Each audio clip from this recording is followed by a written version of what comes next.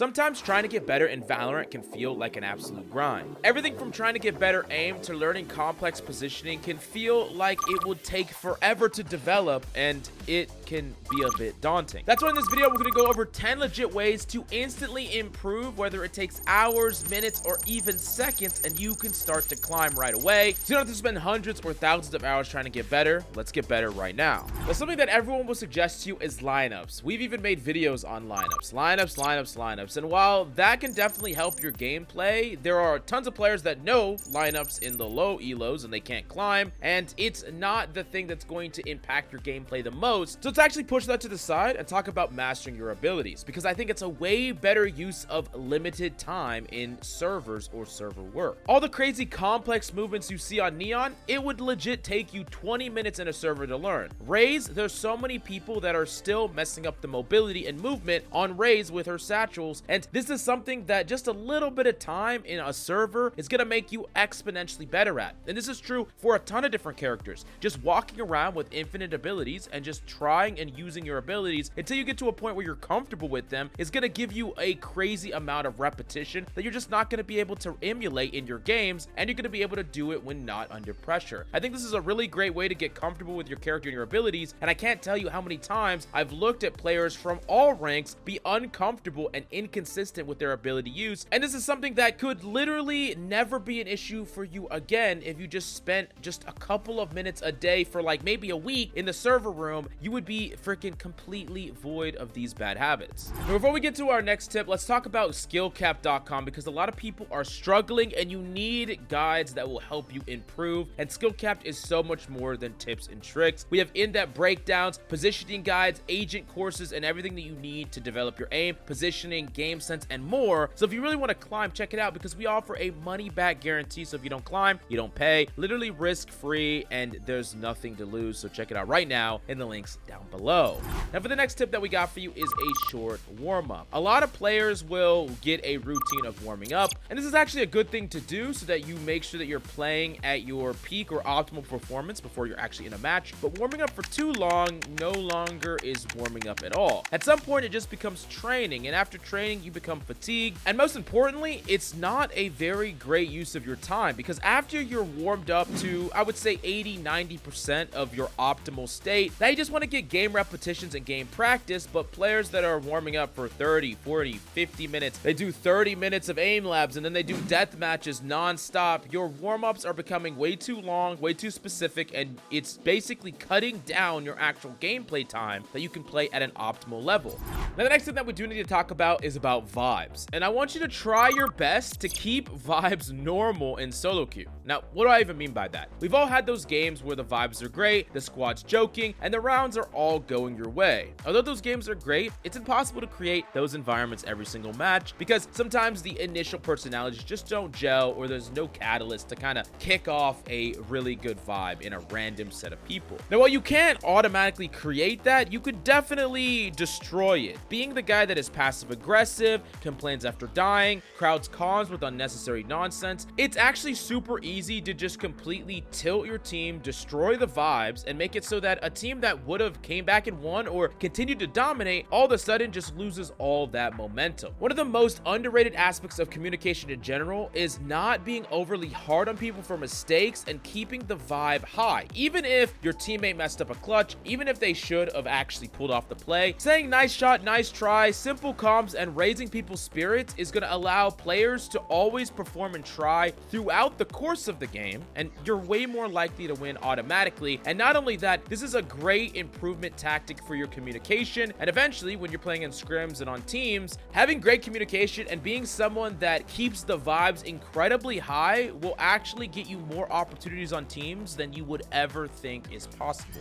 Another one that's super important that a lot of players fall victim of is making autopiloting mistakes. You need to be very conscious of your mistakes and actually embrace them. And this is something that right away, if you just walk into a game and you just know when you messed up, you will improve just like that. And this is the number one reason players don't improve. Every single time you make a death, try to find every reason why it was your fault. do the most to blame yourself over your team. And yeah, it could have been your team baiting you. Yeah, it could have been a combination of a whole bunch of utility. It could have been some weird coincidence, whatever the case may be. But I want you to only come to that conclusion after you have thoroughly tried everything possible to take responsibility for it. It should be really rare and uncommon for it to be anyone's fault at all. And this is the way that you're going to improve the most. And this is the mindset that players have when they develop really fast and they improve really fast. They have this mindset more often than not. And it's super important for you to embrace and recognize when you haven't been doing these things. And along with that, I want you to try to record your gameplay more. Try to clip and record your games. And then whenever you lose, just go back and look through the moments that you died, the moments that you may have messed up, and then you can evaluate them as a third-person observer. And I do think that this is one of the most important tips I could give you if you really want to improve, and you're going to improve so fast. I think you could spend 3 years in Valorant blaming other people and never taking responsibility or VOD reviewing, and you would improve less than 1 week of doing this. The next step, I want you to start adapting your playstyle based on teammates. Everyone just focuses hyper on their own playstyle and how they want to challenge, and this can be something that is important to do, but it's really easy to not be on the same page as your team. Sometimes you'll have those games where your team really isn't willing to try, adapt, do any strategies, and in that situation, I think it's far better for you to be a follower rather than a leader. A lot of times, players will all try to be leaders, and this is the thing, a team of only leaders is a team of solo players. But if you have someone and anyone on your team, you see what they're trying to do, and you just try to help them. You try to enable them. You go with them. You try to set up a play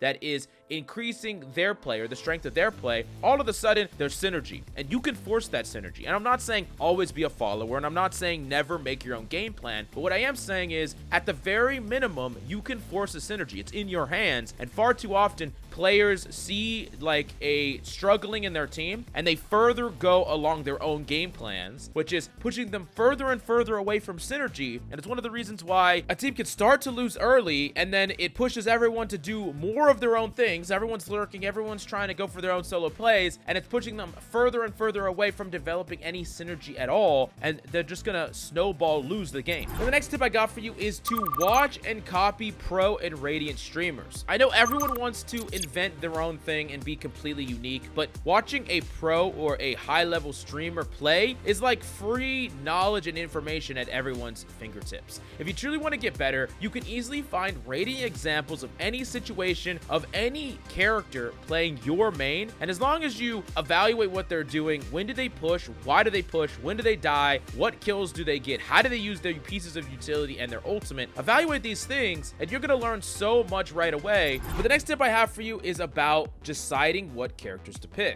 Depending on how flexible your agent pool is, this is going to determine exactly how and what you decide to lock in your games. Let me give you an example. If you lock onto Breeze and you're only comfortable playing one character or maybe two characters on that map very specifically, and any other character you're not that comfortable on, I want you to insta-lock. I actually want you to pick the characters that you're really comfortable with. Otherwise, you're going to be put on fill to a character that you're just not very good at. But on the flip side, if you queue into a map that you have a lot of different flexible picks from different roles, maybe you know how to play a duelist and a controller and a sentinel on that map, and you would be happy playing any of those, or you know that you could play any of those good, don't insta-lock. Slow things down. Allow your squad to pick their comfort picks first, and then you can fill after the fact. Ideally, you are going to insta-lock when you're inflexible and not lock anything when you're flexible. And I see this often where players will get a map and they'll just like auto lock like Viper hypothetically, and they know that they can play Viper, but then they actually had a Viper player on their team and that person only plays Viper, and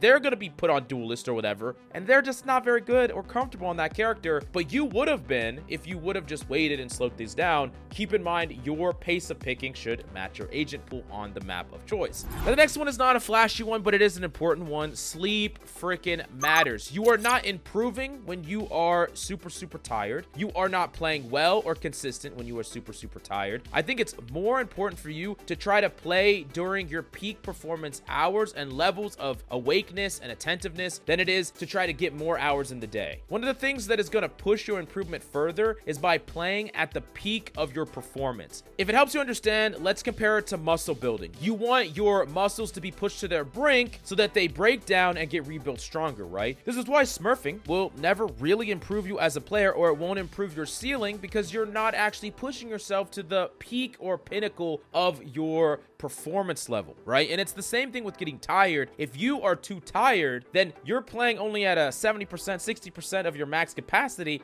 and that's not going to push your ceiling any further, and it's not going to push the rank that you want to get to any farther. Now, this is a really simple one, but I think it's super important for most players to start to incorporate, is just holding your angles wider. A lot of times players will hold an angle really tight. They think that they're going to hit that instant one tap, or they're going to punish someone swinging out just ever so slightly, but players swing fairly far. They swing further than you would expect, especially because the wider swings are going to give them more peeker's advantage, and they want to reach max speed with their character movement, so they are swinging quite wide, and it's important for you to have appropriate crosser placement. Way too many players, they learn a little bit about where people should hold, and then they hold their crosser way too close to the wall, and it makes it so it doesn't matter how fast your reaction time is, you're always going to lose those duels. The last one is a specific one, but it's super important. But for characters like Jet, Cypher, and controllers, it's really important for you to smoke off a spike before tapping or baiting a halfway stick. A lot of times players like to smoke off choke points instead of spike points, and when you smoke off a spike, it forces the enemy to spam in the open, revealing their position and giving you and your teammates full control over the situation, because they don't know whether or not they got you off the spike, how far you've gotten it, and it's completely denying them information about the spike and who's on it from all sides, as opposed to allowing the enemy to control the situation by constantly spamming through a smoke that is actually giving them cover. It's really important that you don't make this mistake, because it's the #1 biggest mistake that's losing clutches in low elo by far. Anyways, if you learned something, definitely smash the subscribe button, and for everything else, check out SkillCapped right now down below.